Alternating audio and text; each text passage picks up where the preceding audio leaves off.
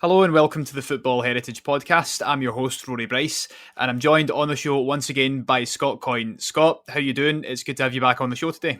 Thanks, Rory. It's nice to be back to talk about a very similar subject, the subject that brought me to an episode at the end of last season, I think it was. Yeah, that's right. I mean, as I say, it's nice to have you on. When we do have you on, we're starting to set this kind of precedent that it means a club has gone bankrupt. So it's maybe nice for us to chat about, but not so nice for the people who follow that club. Scott, of course, is one of the members of the Belgian Football Podcast and has his own consultancy firm that works with different Belgian football clubs. So he's very well connected, and the depth of detail that he goes into when we're talking about these clubs is absolutely exceptional, which is why we're only delighted to have him back on. And as he alluded to there, we're going to be going down a similar subject matter to the episode on KV Ostend, which was just at the end of last season. I think in June that episode came out. But this time it's going to be on KMSK Deinze, who went bankrupt. I think it was pretty much last week. Yeah, it was officially, it was the 11th. Yep, so it's just the last few days that it's kind of become formal finally. Crazy stuff. And yeah, I think the thing with Deinze is where KV Ostend was more of a shock to people who weren't really invested in Belgian football or didn't really follow it. It came as a bit of a shock because KVO are obviously a massive club, and this bankruptcy that they faced seemingly came out of nowhere.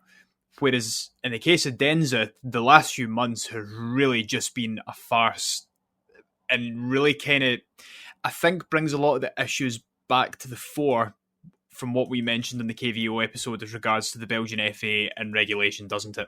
Yeah, I mean, there's lots of dots that you can join on this one. I mean, just to provide a wee bit of context on Deinze specifically, Deinze obviously plays in the same division as Ostend did, the Challenger Pro League, which is a division below the top flight. Deinze formed in 1926 in East Flanders, a pretty small club. There's no real history of success or anything there. So in terms of their place in the wider Belgian footballing landscape, they're not a club that many people will really know or have heard of at all. Have always been quite small, have always kind of flirted between the amateur divisions and the equivalent of the Challenger Pro League in past forms. Have never played in the top flight in Belgium either. That's the kind of main context to this. But their average attendance this season and towards the end of last season is around about 1,300 as well. So we are talking a very small club. And even before that, their average attendance for years was probably around 700 or 800. So although it's been growing in a way, it's not growing in any sort of meaningful way. Bizarrely, the stadium's got a capacity of 8,000. Actually, it's never been full, and half of the ground actually consists of a really big temporary stand, which, and this is where it gets all bizarre from a Belgian perspective, as it always does.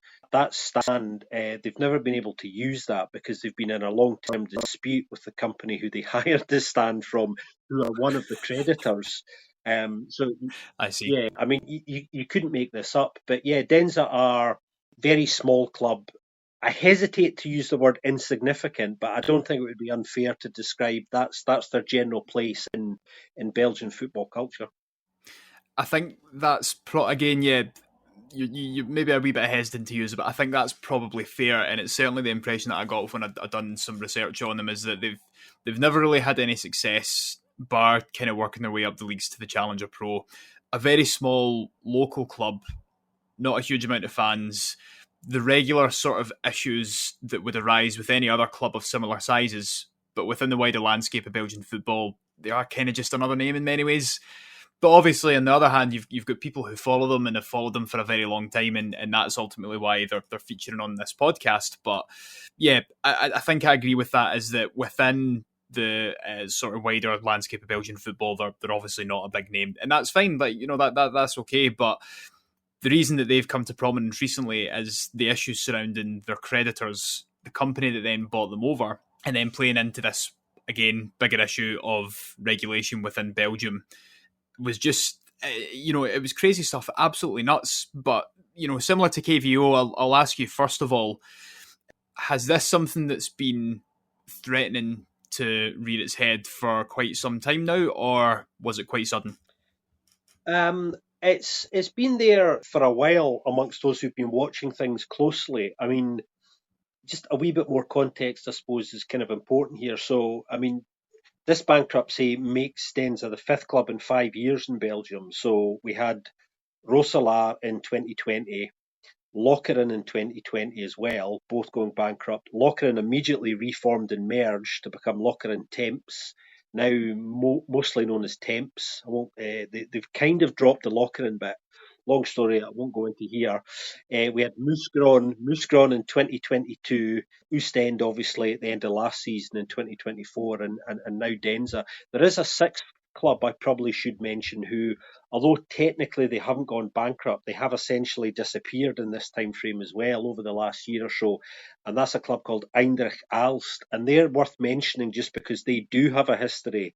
They have played in the top flight, and were the first club for some really quite prominent players. They actually had a situation where they didn't get a license even for amateur football. So they play in non-amateur football classification. So, to all intent purposes, they have disappeared as well, and they're an interesting one. So you could argue, really, there's been 6 losses in 5 years. But in terms of what's happened with Deinze over the last year or so, if we go back to February 2022, Deinze at that point are still under local Belgian ownership, which they have been pretty much for their entire history, actually, which is a good thing. I think the club at that time were in financial difficulties, and there was an awareness that unless some investment came in, they were probably going to go bankrupt pretty quickly round about then. So throughout most of 2021, they were looking for either a complete buyer or some reasonably significant investment that would have allowed them to stay in local hands. Now, it was unlikely they were going to get that without losing control, which is what happened. So you get to February 2022, and the club is actually acquired by a company called ACA, which is actually a Singapore-based sports investment company, who at that time were looking to develop a multi-club network. They're not really a new company, though. They've been working with a number of really small clubs in Asia. So there's a club in Vietnam called PVF that they have a relationship with. They don't own them, but they've had an investment relationship. So they put some money into the club. There's another club called Albirex Niigata, Singapore-based, and then a Japanese club, Imabari, both clubs that they have very minor investments in and working partnerships. And at the time when they bought Deinze in February of 2022, that was their first club that they owned 100%. The intention was to build that network and buy other clubs, which they have done subsequently. So they currently still own Torremolinos in Spain and Charlton in England. So this came after Deinze. So Deinze was the first club, which allowed them to then go on and buy another couple of clubs. Now, when ACA came into Deinze, there was a fair bit of suspicion about who these guys were, mainly because it was obvious that they had no significant track record in football anywhere. They just had very minor investments across modest clubs in Asia. So it was seen as a bit strange. They were quite honest about wanting to kind of get a foothold in the European market for reasons that are kind of obvious, really, and to develop things from there. So they come in with their people essentially and make all the right noises. Now, as I was saying, Deinze are a really small club, tiny fan base, very little working capital at all. So to develop this club, which is all of the noises that they made when they came in, it was obvious that was going to be a long-term project and require some really good and serious football people in key operational roles, which you always need if this was going to work. They made some appointments which weren't very good and got a lot of bad advice.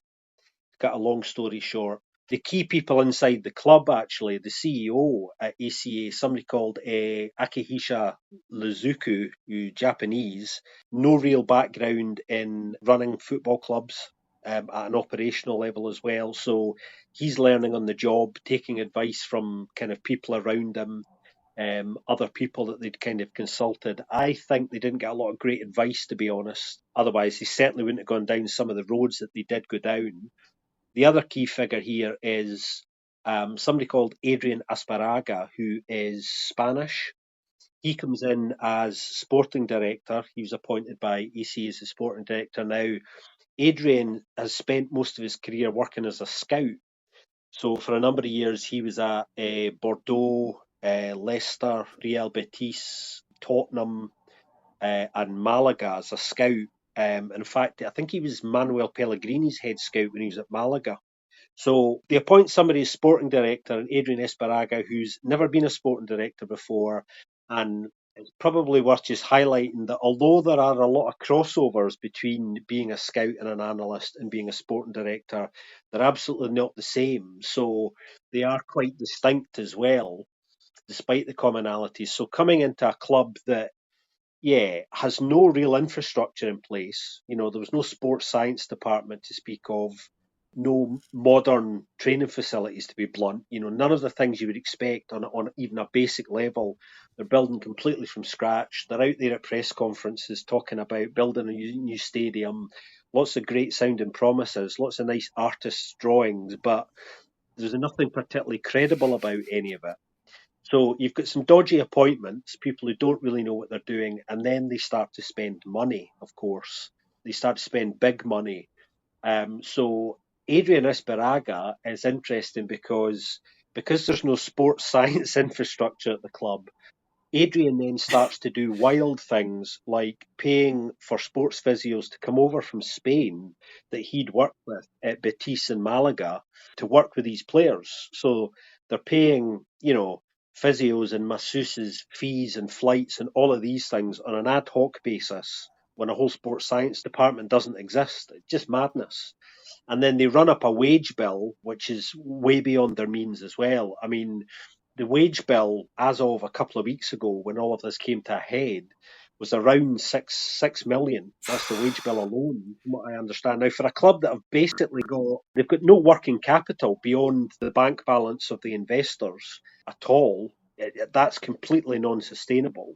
And you get to the start of this season, so ACA are in charge effectively for 2.5 years. They have 2.5 seasons there before this comes to a head. Last year, they did reasonably well. They made the playoffs, weren't able to get promoted through it, but, had a pretty solid season. Get to the end of the season. Now, they've been spending big to get to this point even. Yep. And they're gambling basically on promotion and some of the increased riches that come with that and getting to the Pro League, the top division. It doesn't happen. And at the end of last season and over the summer, the owners, ACA, decide, because of the amount of money that they've been pumping into Deinze, which is just, not sustainable, that unless they cut Deinze loose, then the other clubs and other investments that they've got are in real trouble. So they need to get rid of Deinze. Word gets out across the Belgian scene really over the summer, in fact, that unofficially they're looking to sell, which they're denying, of course. The playbook's always the same. And shortly after the season starts, they literally turn the tap off overnight, which was the first indication, I think, to people that this was more than just a rumour. Yeah. And this is a deliberate tactic, actually, both to minimise their massive losses, but also to set in chain a series of events which obviously culminate in the bankruptcy.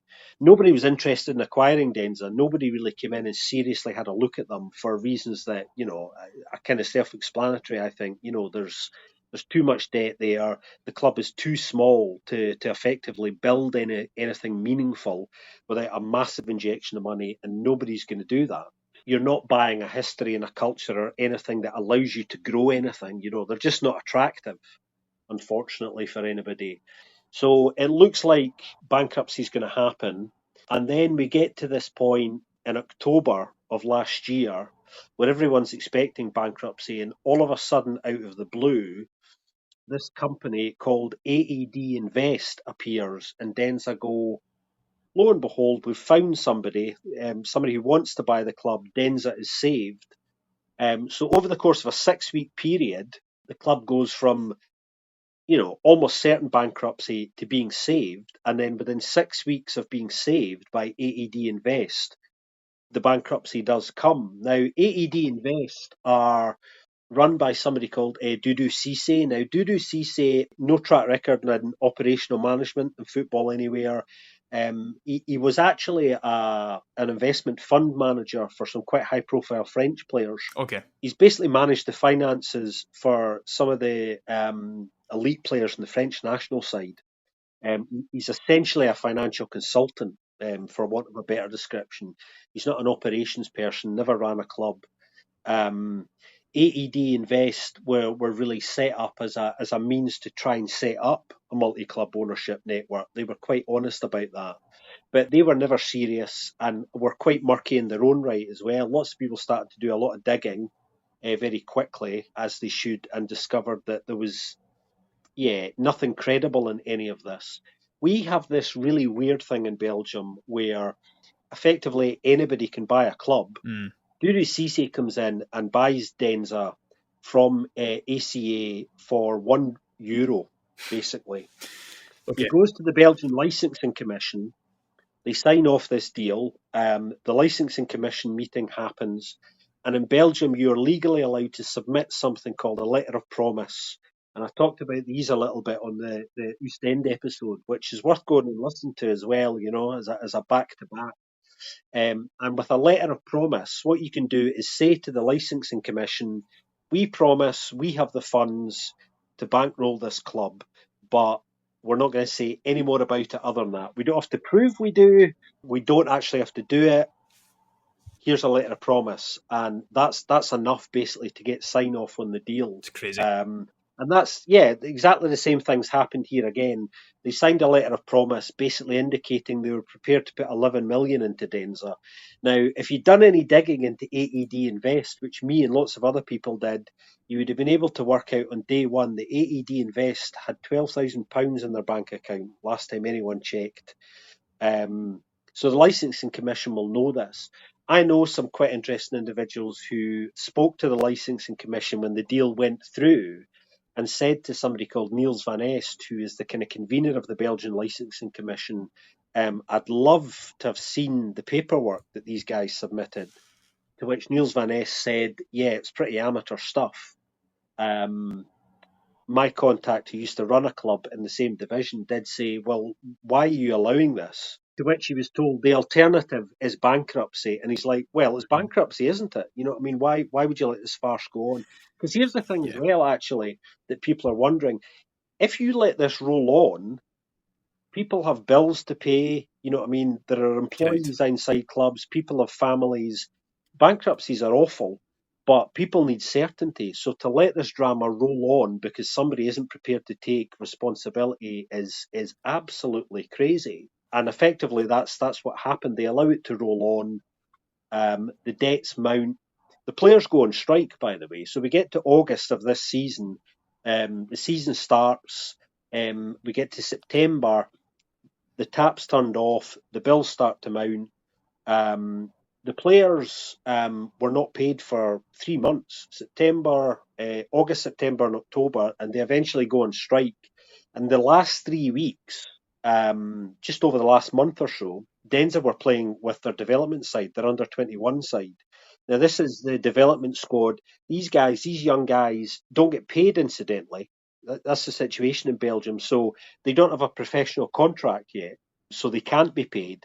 So they've got a situation where the players are on strike. The only way to fulfil the fixtures is ask the development side to play. They've been playing for those last 3 weeks without the agreement of the other clubs in the league either. So the tensions are rising there.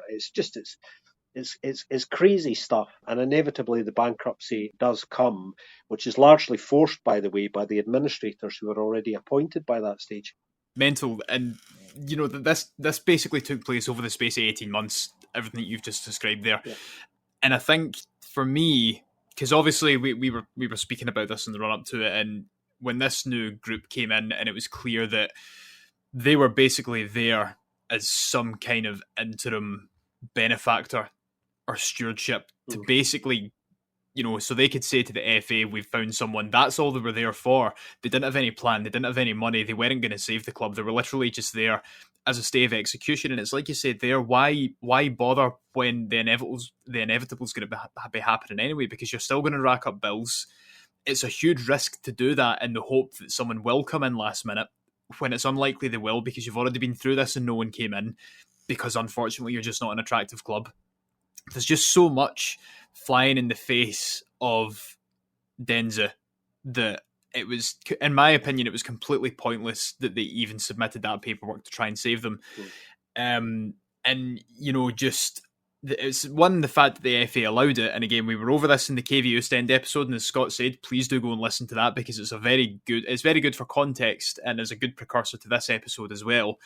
The fact that the FA allowed it is absolutely insane, but I don't understand how it can continue to get to this stage. But also, one of the things was that you kept seeing was that, you know, players were being sold very quickly and for very small sums of money, if any at all. And I think that's when you knew that something was about to happen that was, you know, going to end up in the end of the club, basically, because their playing squad were just going en masse. And it's fair enough, because they're not being paid. Staff aren't being paid. You're playing with people's lives here, and ultimately, well, for considering what's happened over the last 18 months with the club, you could say that for about a year, this has probably been the inevitable outcome. Yeah, I mean, I think the start of this season, I think, was the point really where this was only going to go one way. I think once the decision had been made by ACA, the Singapore-based owners, that they were going to cut Deinze loose, there was only going to be one end here. I mean, the fact that the club was apparently saved in this whirlwind 6-week period, these things just don't happen. I mean, if these things happen the way that they should, take months, in the region of 6 months, sometimes longer, to go through all the due process properly. These things can't happen in 6 weeks. I mean, there's a murky aspect to it as well, in that I think ACA were deliberately intent on Deinze going bankrupt, and there's a reason for this, because ACA is a publicly traded company in Japan, and there are legal rules around these things in Japan. If a company who is publicly traded, listed there, goes bankrupt, they incur a really significant financial penalty.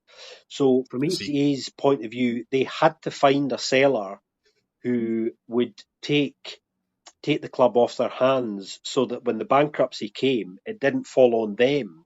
They had to be out before this happened, really. Now, if you look at AED Invest and Dudu Cisse's company, they're formed legally, constituted at round about the same time that ACA are looking to kind of get out. These dates coalesce. So the question here is, have AED Invest been paid by ACA effectively to take this club for £1 in order to take the bankruptcy on, so that ACA now escape any further financial punishment in Japan, which is probably the case. I mean, they will not be financially punished in any way at all, because it falls on AED Invest.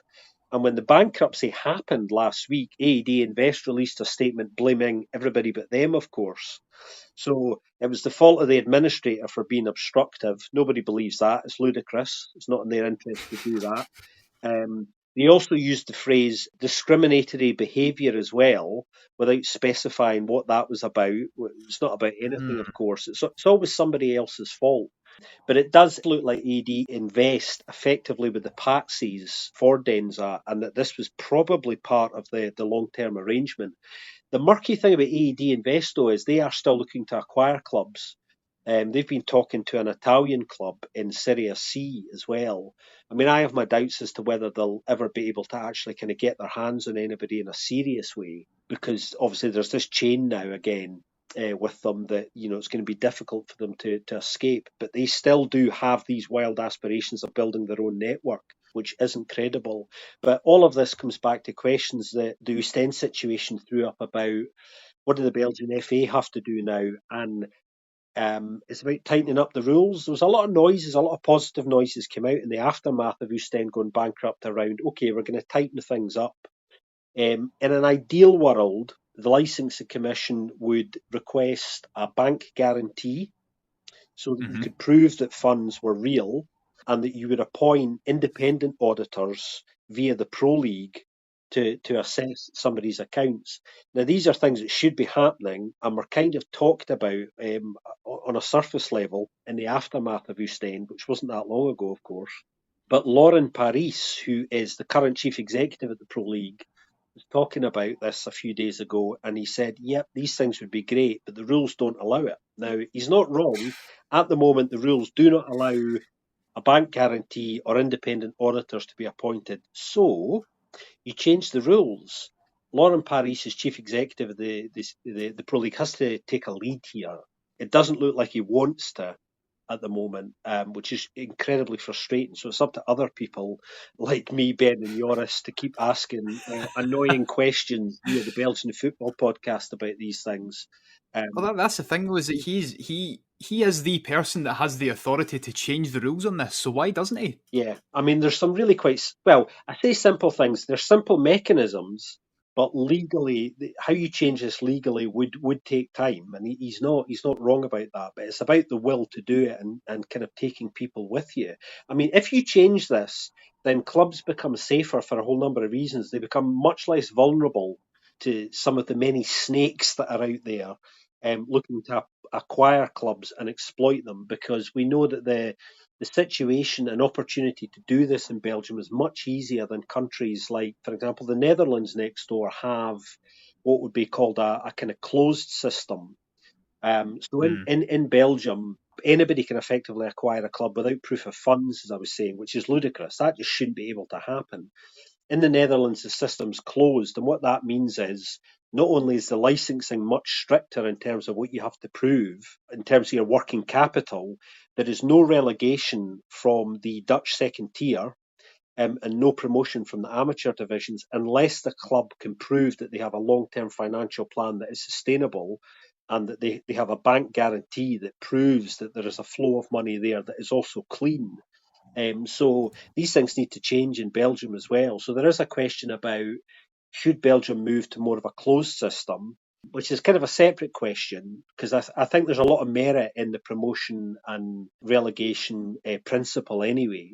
I think we have to kind of probably try and get down the road of the bank guarantees and the independent auditors and tightening up the scrutiny on individual club directors, who these people are. Do they pass a due diligence test in terms of finance and businesses?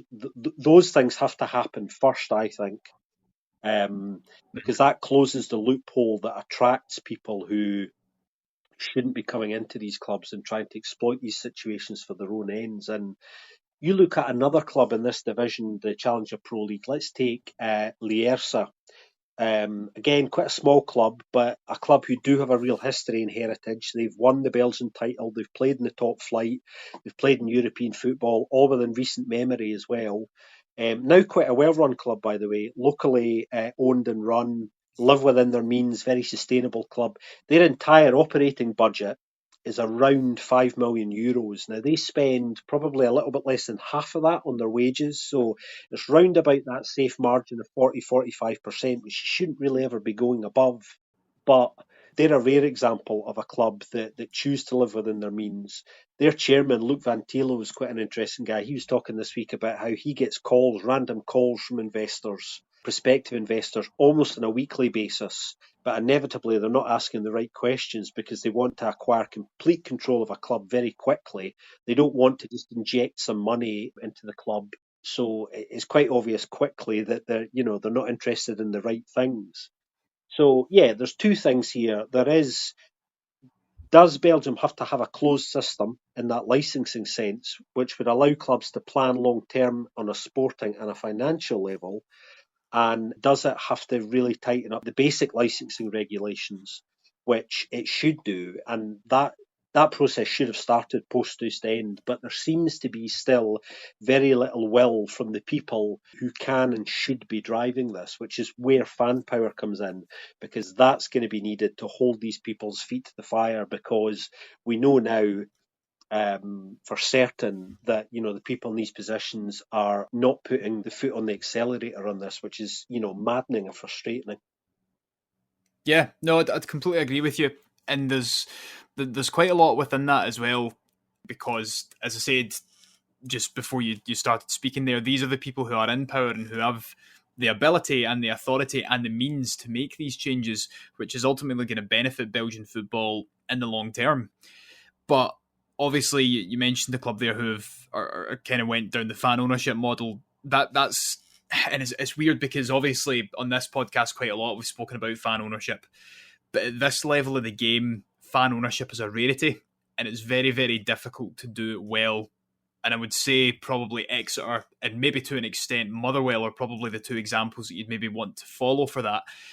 And even then, it's taken them, at least a decade to get to the positions that they're in now. And some people would probably say that Motherwell certainly last year were a bit of a crossroads, and this year as well with their fan ownership. So it's never going to work in the way that people would like it to, though it is quite a romantic proposal in this kind of era of modern football and all that. But I agree with you that I think discussing whether or not Belgium should be a closed shop is a separate question within itself. And I don't think it's the right answer, because then you're kind of just covering up the basis of a problem. All that will happen is that smaller clubs further down the food chain, or clubs that are still in the first and second tiers, they'll still get invested in by these dodgy companies, and the same thing will continue to happen, in my opinion. I do think the right path is for independent regulators to start coming in, because there's so many comparisons we can draw between Deinze and Oostende. You know, you've got a multi-club ownership model with a very, very murky track record, a very murky setup. You've got sporting directors who themselves have quite shady backgrounds, who haven't really got any experience in what they're doing, who've just kind of been appointed in a really performative way. And you just think to yourself, when's the next time that this is going to happen? And will the FA just give the same lip service when it does happen? Because obviously that's now been 6 clubs in Belgium in the last, I think it's in as many years that you said, that have now went defunct, most of which for the same reasons. Would you say that Belgian football is in a crisis with financial regulation and clubs going defunct because of FA inaction? Yes, I think I would. I mean, the history of bankruptcy in Belgian football goes way beyond the kind of 5-year period that I was talking about earlier. I mean, 6 clubs essentially in 5 years is horrific anywhere. Belgium does have it would be fair to say, a unique issue with this, and one of the reasons why is because of the lack of regulation. The licensing commission itself exists to try and prevent scenarios like this. It's meant to be. It's not. It should really be a regulator. I mean, they probably need to change the name of it as well as tighten up on lots of things, because at the moment, it's a body that isn't really fit for purpose. And the more these clubs stack up, the more that it just highlights that this body is completely, ineffective in what it's trying to do. And it doesn't even use the little teeth that it does have. I mean, Deinze were in a situation where, as the debts mounted and the players weren't being paid, there's a monthly oversight, basically. When you submit a letter of promise without being able to prove your funds, that means that the licensing committee basically rock up every month and go, have you paid your bills this month? And when you get to the stage where it's obvious that that can't be proved, then you start to get fines layered upon the club, which they did, and you start to get points deductions. And we saw all of that towards the end as well. And again, that happened at Oostende. But none of that prevents any of this happening again, and is actually kind of small fry in terms of addressing any of this situation. You need to have measures in place that ultimately prevent people who should not be operationally in control of a football club getting to that stage. And the only way you can do that is proof of funds. I mean, that's it. Yeah, I mean, I know somebody who's ran a club in Belgium, who, whenever he spoke to investors, he would say to them in the very first phone call, sure, happy to talk to you. If you can just send over proof of funds, we'll keep talking. And of course, it doesn't come. Nobody wants to show that. So often it becomes a very short conversation, just cut to the chase. Why waste your time? It's running a football club is a time-consuming enough business as it is, because it doesn't operate within office hours. Often it's a 24-hour job. The phone can go in the middle of the night with something that needs addressing, and it often does in Belgium. It's definitely a 24-hour job there. But it's just the wrong things are being missed here, and nobody wants to take responsibility for it. So it's about tightening up those regulations at the licensing commission there are secondary questions about the structure of the league as well. I mean, if there was a closed system, the big advantage to that is that clubs then are able to plan long term financially and in a sporting sense, This is true. without the pressure of having to make what are bad decisions. I mean, if you take, for example, I mean, the amateur divisions in Belgium at the moment, we've had a situation this season where some of them have said, the ones that look to be in line for promotion at the moment have said, look, we're not sure we're going to ask for a licence should we win promotion to the Challenger Pro League next season, because we don't necessarily want to spend the money we would have to get the licence. The licensing regulations are kind of quite tight. So you have to have a stadium of a certain size with certain facilities, and you have to have a certain amount of working capital in the bank for them to sign off on a license. A lot of these clubs can't do it, and the ones that maybe could are probably going to have to invest a little bit to get sign off on that. Now, if they get promoted and they come up and then they're relegated straight away, there's no parachute payments there for these clubs. No. So that investment immediately puts them in peril straight away. So there's a separate question here about, do the licensing committee's regulations for getting a license actually have to be watered down a little bit for amateur clubs? Or I think the ideal solution probably is a kind of semi-pro division at Challenger Pro League level. So some of the clubs might be professional, but some of them technically might not. That would remove clubs having to spend money they don't have and putting themselves in peril, and also means they become less attractive to some of these individuals as well because of that. So there's a degree of safety for them, but at the same time, there isn't that desperation, much like in Deinze's case, who were in trouble, who needed investment, who took investment, sold the club, and within 2.5 years, it's disappeared. I mean, it's alarmingly fast how quickly these things escalate, and usually you can tell the ones that are really going to snowball very quickly.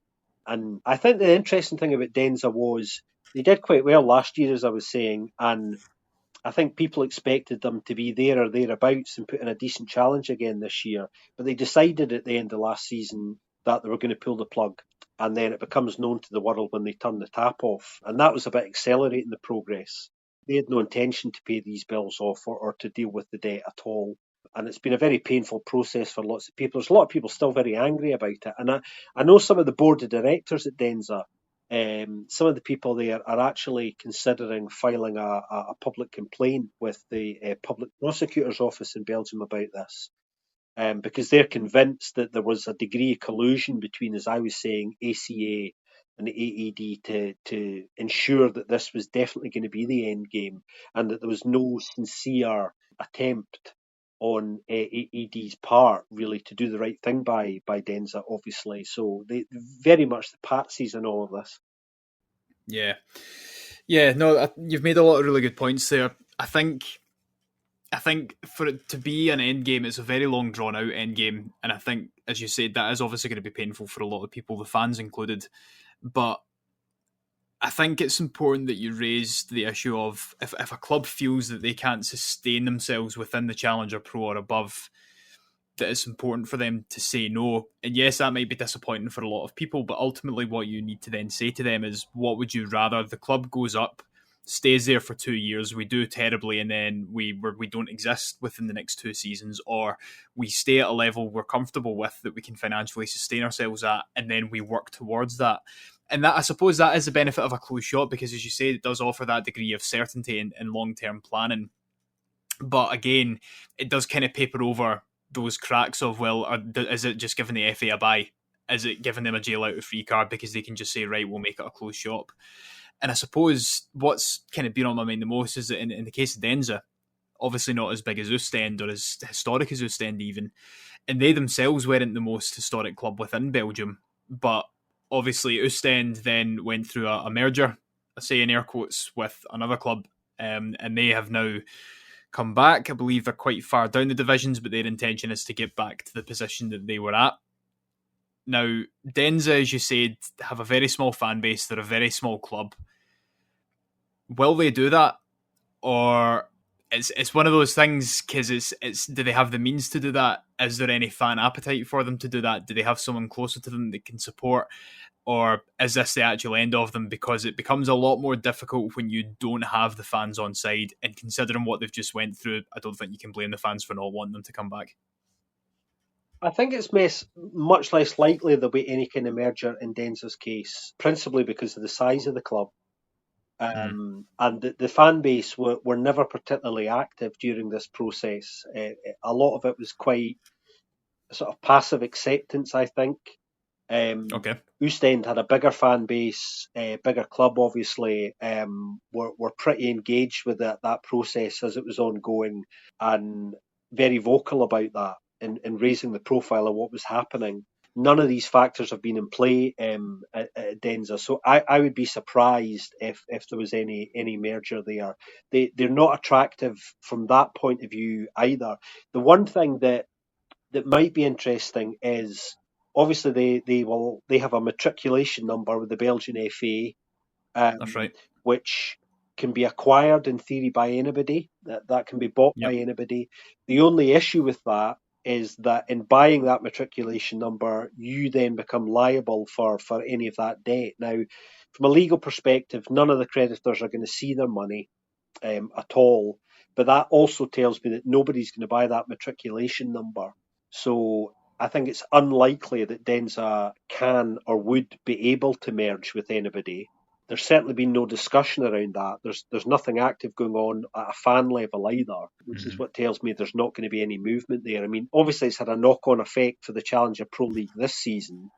We know now that there will now only be one relegation instead of the two, and that the points won against Deinze will now be subtracted from the teams that won them. Another little Belgian bit of drama in here. In the last 2 or 3 days, listeners will find this a bit wild. There's another club in the Challenger Pro League called Patro Eisden, who have a bit of a reputation for a bit of craziness. They've come out publicly and said, no, we want to challenge these points being lost, which is odd because the reality is it's actually in the Belgian FA's rules that in this scenario, that's what happens. You just lose the points. But instead of being a kind of lone wolf who are trying to fight this on their own, they've been in contact with some other clubs in the division in recent days to ask them whether there's any willingness on their part to try and challenge this. So you get a little, you get a little conglomerate of 3 or 4 clubs who they're hoping will be able to go to the FA and say, no, we want to challenge this point subtraction. I mean, it's not going to happen. It's in the rules. It's just not going to happen. But exactly. They are going to try, and it's been led by Patro Eisden, who, if I'm honest, and this is just my own personal opinion, they set a pretty bad example in a number of ways to fans and other clubs. They do all sorts of wild stuff and say it. Their head coach, incidentally, on his coaching staff is one of his brothers. He punched his brother on the touchline during a game last season. Was given quite a lengthy touchline ban for it. And when it came to defending himself, the head coach actually argued, I shouldn't be punished and held to account for this because it was a family matter. Incredible. Truly incredible. Probably the sort of thing that could only happen in Belgium. But yeah, I mean, the whole fallout from this bankruptcy is just rumbling on and all sorts of weird things. But yeah, I don't see Deinze coming back in a merger in any form at all because there's just no means for that to happen for them. I think what's incredible though, in what you've just said about those sort of stories about Patro Eisden, is that I think it just shows the complete.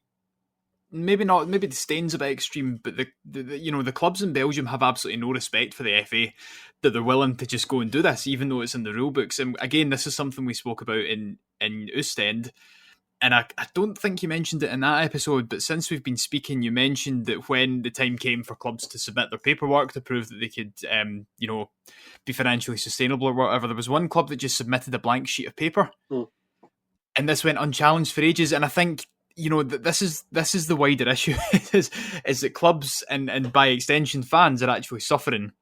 History is being lost because the FA are so lenient and toothless to the point where the clubs actually just don't respect them anymore and they're willing to do this stuff. It's absolutely crazy. And, I suppose it's maybe wishful thinking that after this whole episode with Deinze, that the FA are actually going to tighten things up a little bit and start taking things a little bit more seriously. Because if they don't, then I don't think it's out of the realms of possibility to say that this could happen again next year. Yeah, well, I remember when we recorded the East End episode, I said I had a feeling this was going to happen again before things got better. That's Didn't right. think it was necessarily going to happen this quickly. But, I think, you can't really be surprised by anything that happens in Belgium anymore. That's the way I look at things. I was talking to somebody the other day who actually went as far as to say to me that he thinks, good contact of mine, who said that he thinks Standard might be the next club to go. Now Really? that's a proper out there one, and is based Well, obviously on their yeah. financial situation, because Well, they, but that's significant. That's significant. yeah, I mean, obviously, huge club. They have, debts of upwards of 25 million. And the truth is, although they're in a much better place than they were, as of today, there is no real significant interest in anybody acquiring them, despite a lot of hard work done by people trying to make them more attractive. But the reality is they are in trouble. Um, Yeah. they just are. So there's question marks around them. So nobody knows who the next club probably are going to be. I mean, I think it could be anybody in truth, because there's a lot of clubs in Belgium that are living beyond their means, and that's one of the reasons why there are now very few clubs that are locally owned anymore. There are not too many, and those that are left longer term, and this is the irony, are going to have to be part of a larger network, financially Mm, speaking, probably to survive. And right. that's why the owners of Deinze, the Belgian owners who sold to ACA, did that, because it was their only option really. So you're going to see that situation kind of continuing as well. But questions have to be asked about longer term. Are there too many clubs in Belgium? Just full stop. Okay. If clubs are not financially viable, then should they exist? And there are too many people in roles where they don't know what they're doing as well, and that just leads to kind of, and that's people, well-intentioned people as well, not just nefarious people part of multi-club ownership models. And they're not all bad. I mean, I did say this in the East End episode as well, that I know football fans generally have a very poor view of multi-club ownership models, and for rightful reasons the majority of the time, but they're not all bad. And I think it's about, asking the right questions of these networks and checking out who these people are, because you can tell very, very quickly whether they're the real deal, or whether they're just people who see an opportunity, of their own. Things just have to change, so it becomes much more difficult for these people to acquire clubs. Um, it just has to stop. And Hmm. through a lot of the work I do with the Belgian Football Podcast and some of the independent consultancy, then I think I'm probably one of the few reasonably high-profile people who will keep asking these questions, so that more people become aware of these things. Because when these stories hit the news, people are like, okay, how did this happen? How has this happened again? And because of the situation in Belgium, I think there's a degree of apathy as well, Rory, which I think we have to fight, because people I go, think that's well, fair. it's Belgium, isn't it? These things happen, every 6 months, every year. It's just what happens there. And it's like, okay, there is a problem. There's a very real cultural problem with this there, but, it can be addressed, and you can change that and stop that. There's just too many people not taking responsibility, and not taking their roles seriously. Exactly. I completely agree with you. I think it's important there, like you said, are there too many football clubs? There are obviously too many that are living beyond their means. So is it a case of maybe stepping back and stripping things back a little bit? Obviously, as a league, you want to compete and you want to be one of the best leagues in Europe. You want your clubs to be competitive, but you can't do that if your clubs are continuously going bust because of spending out with their means. So how do you fix that? Is it a case of bringing more money into the leagues? Is it a case of changing how the league looks? Whatever that is, or is it a case that you maybe just need to take a step back and strip things back a little bit to the point where clubs are actually sustainable and they maybe have to sign a lower caliber and lower quality and lower profile of player? But again, it comes back to this question of what would you rather, that the quality was a little less and the players were a little less high caliber, but your club can actually survive? Do you know what I mean? Hmm. And I suppose in the case of Liège, in 25 million is a huge debt for a club from Belgium. And obviously, as you said, a lot of people are doing a lot of work to make them a bit more attractive, but it doesn't sound particularly good for them. And that would be a huge loss to Belgian football. I mean, KV Ostend was a big one, but Standard Liège would be massive. And yeah, I think, as you said there, it has to stop. And there has to come a point where serious discussions have to be had about this. Otherwise, it will just continue happening. And yeah, I don't think we can really say much more than that, to be honest. Yeah, it's the same questions yet again. And That's it. Until people get together and address this, then it is likely to happen again. Because it's just too easy to abuse the system. I mean, two things kind of more broadly about football in Belgium. The new TV deal is being negotiated at the moment for the next 5-year cycle. Now, we know that the money on the table is almost certainly going to be less than it was for the previous 5 years, which is obviously not a good thing for clubs. The other aspect to it is, how do clubs maximise their revenue as well?